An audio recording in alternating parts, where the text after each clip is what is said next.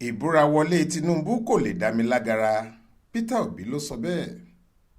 Peter Obi tí í ṣe olùdíje fúnpò ààrẹ lábẹ́ àsíá ẹgbẹ́ òṣèlú Labour Party nínú ètò ìdìbò ààrẹ tó kọjá yìí ti sọ pé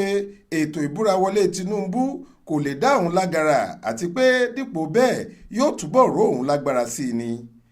Peter Obi tóun pẹ̀lú ojúgbà ẹ̀ nínú ẹgbẹ́ òṣèlú People's Democratic Party PDP Alhaji Atiku Abubakar wọ́ ààrẹ Bọ́lá Tinubu tí í ṣe ti ẹgbẹ́ òṣèlú All Progressives Congress APC àti àjọ elétò ìdìbò ilé wa INEC lọ sílé ẹjọ́ látàrí èsì ìdìbò ààrẹ sọ pé wọ́n búra fún Tinubu wọn ò búra fún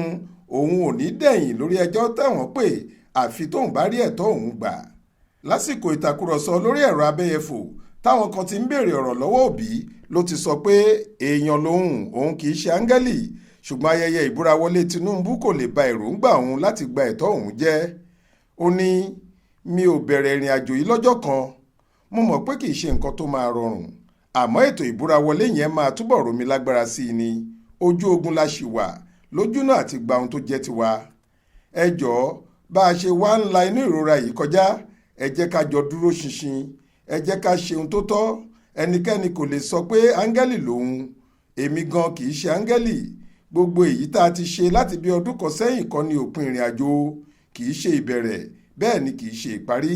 nítorí a ò ní sinmi nínú ìjà láti gba ohun tó jẹ́ tiwa. Mo wá fi ń dá yín lójú pé gbogbo nǹkan tó bá ṣẹlẹ̀ níbi Ibura-Wọle Tinubu yóò túbọ̀ ró mi lágbára ni dípò kókó ìrẹ̀wẹ̀sì ọkàn bá mi. Ó ní lóòótọ́ òun ti lè ṣe àwọn nǹkan kan pẹ̀lú àìmọ̀ látẹ̀yìnwá ṣùgbọ́n òun ń bẹ àwọn èèyàn láti ní àfojúsùn nítorí àsìkò àyípadà ọ̀tun táwọn ń jà fún táwọn sì ń fẹ́ kó ṣẹlẹ̀ làwọn ń wò lọ́ọ̀kan yìí. Monísọ́lá Sàká ló ṣàkójọ ìròyìn yìí fún iléeṣẹ́ tẹlifíṣàn Aláròyé online. Faith Adébọ́lá ló kà á sétí ìgbọ́ yín.